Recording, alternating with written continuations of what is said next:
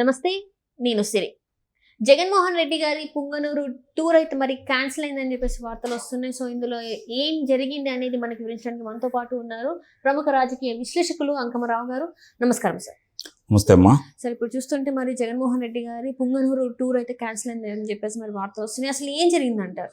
అంటే పొంగనూరులో పాప హత్యగా వించబడితే అది రాజకీయ హత్యగా చిత్రీకరించి శవ రాజకీయాలు చేయటానికి శవపుత్రుడు బయలుదేరాడు.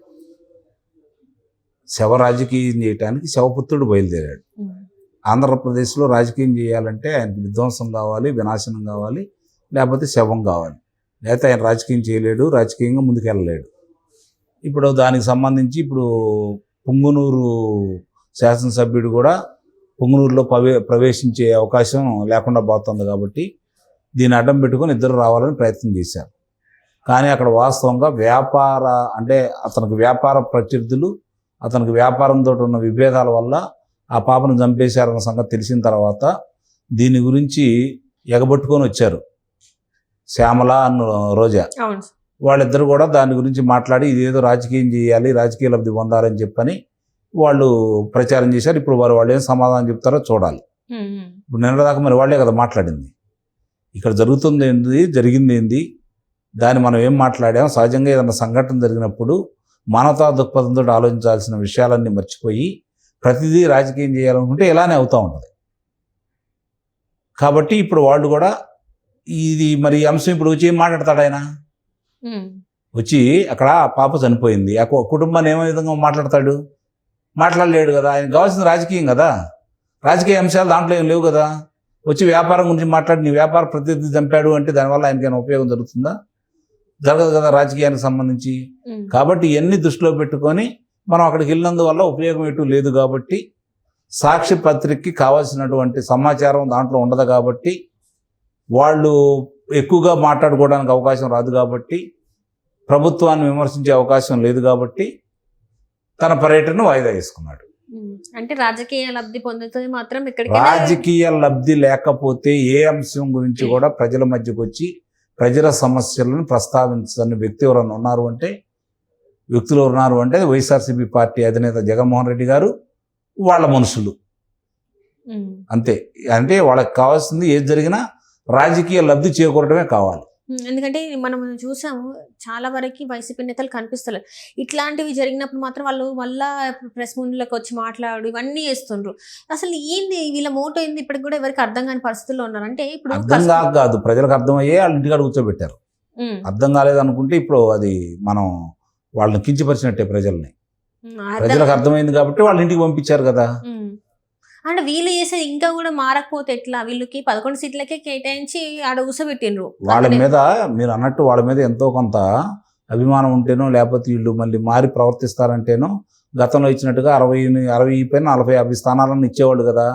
వీళ్ళు ఆ స్థాయికి కూడా ప్రతిపక్షంలో ఉండటానికి కూడా వీళ్ళు అర్హులు కాదన్న ఉద్దేశంతో కదా ప్రజలు ప్రతిపక్ష స్థాయి కూడా ఇవ్వకుండా 18 స్థానాలు ఇవ్వకుండా వాళ్ళు ఇంటికి పంపించింది.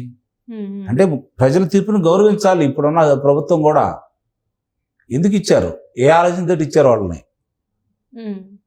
కాబట్టి వాళ్ళు ఇలాంటి అంశాల గురించి రాజకీయం చేయడానికి ముందుకు వస్తారు, ప్రజా సమస్యల గురించి కాదు. వాళ్ళు రాజధాని ఏమవుతుందని పోరాడాల, పోలవరం ఎందుకు ఆలస్యం అవుతుందని పోరాడినా అర్థం ఉంటుంది. లేకపోతే విశాఖ ఉక్కు ఏమైందని చెప్పి మాట్లాడడానికి. ఎందుకంటే ఈ 3 అంశాలు నాశనం చేసింది వాళ్ళే కదా. ఆంధ్ర రాష్ట్రానికి ప్రధానమైన అంశాలు వాళ్ళే అయ్యే కదా, దాన్ని నాశనం చేసింది వాళ్లే కదా. కాబట్టి వాళ్ళు ఇటు దాని గురించి మాట్లాడలేరు. జలాశయాలు, రహదారులు స్పష్టంగా కనపడతానే ఉన్నాయి. వాళ్ళ వైఫల్యాలు వాళ్ళ వల్ల ఏ విధంగా ఇబ్బందులు పడతా ఉంది. ముఖ్యంగా పట్టణాల నుంచి పల్లెటూరు వెళ్ళే మార్గాలు మొత్తం ఈరోజు నరకయాతన పడతా ఉన్నారు. ఇవన్నీ వాళ్ళు దాని గురించి ఏం మాట్లాడలేరు కదా వచ్చి. కాబట్టి ఇలాంటి అంశాలు కావాలి. అందుకే నేను అన్నాను, శవాలు ఉంటే తప్ప వాళ్ళు రాజకీయం చేయలేరు, లేదన్నా గొడవలు జరిగితే తప్ప వాళ్ళు రాజకీయం చేయలేరు. అదే రాజకీయం అనుకుంటున్నారు వాళ్ళు. అంటే ఇట్లాంటివన్నీ అక్కడికి వెళ్ళి మాట్లాడి అవి సోషల్ మీడియాలో అయితేనే వీళ్ళకి ఒక స్కోప్ వస్తుందని చెప్పేసి భావిస్తున్నారు. కానీ నిజంగా అసలు ఏం కావాలో వీళ్ళకి కూడా అర్థం కాని పరిస్థితుల్లో ఉన్నారని మనం అనుకోవచ్చు. నిస్సందేహంగా అందులో అనుమానమే లేదు. వాళ్ళకి ఏం కావాలో, ఏ విధంగా చేస్తే మనం రాజకీయంగా ఎదుగుతాం అనే ఆలోచన లేదు. 2014 నుంచి 2019 వరకు మనం అబద్ధ ప్రచారాలు చేసాము, అది ప్రజలు నమ్మారు, మనకు అధికారంలో ఇచ్చారు, తిరిగి మనం అలాంటివి కొనసాగిద్దాం అనుకుంటున్నారు తప్ప నిజమైన ప్రజలకు ఇబ్బందులు, ఆ ఇబ్బందులకు సంబంధించిన విషయాలు వాటి గురించి ప్రస్తావించి మనం ప్రజాదరణ పొందాం అనే కోరిక వాళ్ళకి లేదు. అది ఇప్పటికీ కూడా జగన్మోహన్ రెడ్డి గారి వైఖరి మారలేదు, మార్చుకుంటేనే వైసీపీకి ముందు భవిష్యత్తు ఉంటుంది అని చెప్పేసి ఆ నేతలే అనుకుంటున్నారు, ఇప్పుడు వైసీపీ నేతలే అనుకుంటున్నారు. మరి జగన్మోహన్ రెడ్డి వారికి అది ఆయన వరకు వెళ్ళిందా మాట, లేకపోతే ఈ జగన్మోహన్ రెడ్డి గారి వైఖరి ఇట్లనే ఉంటుందని మీరు అనుకుంటున్నారు? నా వరకు నేనేమనుకుంటున్నానంటే ఆంధ్ర రాష్ట్రం తిరిగి ఇప్పుడిప్పుడే గాడి పడతా ఉంది కాబట్టి ఆంధ్ర రాష్ట్రం మళ్ళీ బాగుపడి ముందుకెళ్ళాలి అంటే జగన్మోహన్ రెడ్డి గారు ఇదే పందాన్ని ఇదే విధంగా కొనసాగించాలా, అప్పుడే ఆయన్ని అట్లానే దూరంగా పెడతారు కాబట్టి ఆయన మారకూడదు, ఆ పార్టీ తిరిగి మనుగడలోకి రాకూడదు అని చెప్పి అయితే నేను కోరుకుంటున్నాను. అంటే జనాల మధ్యలోకి వెళ్తున్నాడు ఆయన. మీరు చూసినట్టయితే ఆయన ప్రెస్ మీట్లు పెడుతున్నాడు. అంటే పెడుతున్నారు ముందైతే మిమ్మల్ని పిలిచారా? మమ్మల్ని వీళ్ళలేదు. ఎవరు పిలిచారు? కొంతమందిని అయితే. ఎవరు వాళ్ళెవరు చెప్పండి. ఎక్కడ గతంలో ఏ విధంగా అయితే ఆయన ఇంట్లో కూర్చొని సచివాలయం లాగా ఇంట్లో ఏర్పాటు చేసుకొని అక్కడ మాట్లాడారు, ఇప్పుడు కూడా అట్లానే మాట్లాడుతున్నారు. ఇప్పుడు ప్రసార మాధ్యమాల దగ్గరకు వచ్చేసి ఆయన మాట్లాడితే ఎలా ఉంటుందంటే సమస్యలు అడుగుతారు కదా, దాని గురించి మాట్లాడితే అప్పుడు దాన్ని ప్రత్యక్ష ప్రసారం లేకపోతే ఆయన మాట్లాడాడో మనం అనుకుంటాం. ఏమీ లేనప్పుడు ఇంకా ఆయన మాట్లాడారు మీరు ఎలా అనుకుంటారు? ఎందుకంటే 5 సంవత్సరాలలో మనకి సజ్జల కనబడ్డాడు కానీ ముఖ్యమంత్రిగా ఈయన ఎప్పుడు కనబడలేదు కదా సార్. ఇప్పుడు ఏంటంటే ఆయన నేతలతో, అంటే ఎవరైతే వైసీపీ నేతలతోనో సమావేశాలు ఏర్పాటు చేసుకొని మరి ఏందని అంటే కొంతమంది బయటకు వెళ్ళేటోళ్ళని ఆపుకోవడం, మరి సమస్యలు ఏందని కొన్ని ప్రయత్నం ఎప్పుడన్నా చేస్తున్నాడు కదా, ఇది మార్పు అని అనుకోవచ్చు కదా మనం అని అంటున్నాను నేను. ఇప్పుడు బయటకు వెళ్ళి వాళ్ళు అవుతున్నారా? ఈయన పిలిస్తే నమ్మకం లేక కదా బయటకు వెళ్తుంది, ఆగట్లేదు కదా. వాళ్ళు ఆగితే దాని గురించి మనం మాట్లాడుకోవాలి.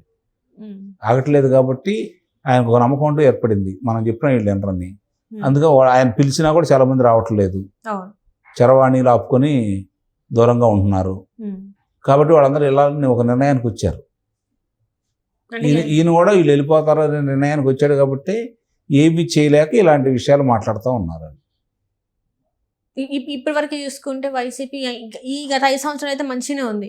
ఇప్పటి నుంచి మరి అది ఉంటుందా ఊడుతుందా అని చెప్పేసి చాలా మంది ఆ నేతలే లోపల మొదలు పడుతున్న పరిస్థితులలో ఇప్పుడు ఒకవేళ ఈయన బెయిల్ క్యాన్సిల్ అయిపోయి ఈయన ఒకవేళ జైలుకి వెళ్తే వైసీపీ పార్టీ పరిస్థితి ఏంది? అందుకోసం ఇవన్నీ చేస్తున్నాడు అనుకోవచ్చు. అంటే డీకే శివకుమార్తో భేటీ కావచ్చు, ఇవన్నీ కూడా అనుకోవచ్చు. మరి ఒకటి మాత్రం వాస్తవం, అక్కడ జరుగుతున్న విషయాలలో ఆంధ్ర రాష్ట్రానికి సంబంధించినంత వరకు జగన్మోహన్ రెడ్డి అనే వ్యక్తి ఏది చెప్పినా ప్రజలు విశ్వసించే పరిస్థితి అయితే లేదు ప్రస్తుతానికి. ఇక జగన్మోహన్ రెడ్డి గారి పరిపాలన కంటే కూడా ఘోరాతి ఘోరంగా ఈ కూటమి పరిపాలన చేస్తే తప్ప జగన్మోహన్ రెడ్డికి ఆ 11 స్థానాలకు తగ్గుతీయే తప్ప ఒక స్థానం కూడా పెరిగే పరిస్థితి అయితే లేదు. అంత దరిద్ర పరిపాలన చంద్రబాబు నాయుడు గారు చేస్తారని అయితే నేను అనుకోవట్లేదు. ఆయన ఆధ్వర్యంలో చిన్న పొరపాట్లు జరుగుతున్నాయి, సరిదిద్దుకోవాల్సి ఉన్నాయి. ఈ రోజుకి 115 రోజులు అయిపోయింది కాబట్టి దానికి ఇంకా పెద్దగా దృష్టి పెట్టారనేది నేను భావించట్లేదు. కొంతమంది అధికారులు కూడా సహకరించట్లేదు కాబట్టి అవన్నీ గాడిని పెట్టుకునే విధంగా ముందుకెళ్తే తిరిగి మళ్ళీ జగన్మోహన్ రెడ్డికి అవకాశం కల్పించిన వాళ్ళు కాకుండా ఆయన రాజకీయ సమాధికి వీళ్ళు గట్టిగా ప్రయత్నం చేశారని అది మనం భావించాల్సి వస్తుంది. అలా కాకుండా వీళ్ళు కూడా అంతకంటే ఘోరంగా పరిపాలన చేశారనుకోండి, ప్రత్యామ్నాయం ఎత్తుక్కుంటారే తప్ప జగన్మోహన్ రెడ్డికి మాత్రం అవకాశం ఇవ్వరు. ఇదొకటి గుర్తుపెట్టుకోవాలి. ప్రత్యామ్నాయం ఎదుర్కొంటారేమో కానీ తిరిగి జగన్మోహన్ రెడ్డి అనే వ్యక్తికి మాత్రం ఆంధ్ర రాష్ట్ర ప్రజలు ఎట్టి పరిస్థితుల్లో కూడా అవకాశం ఇవ్వరు. Right sir, right. Thank you so much sir.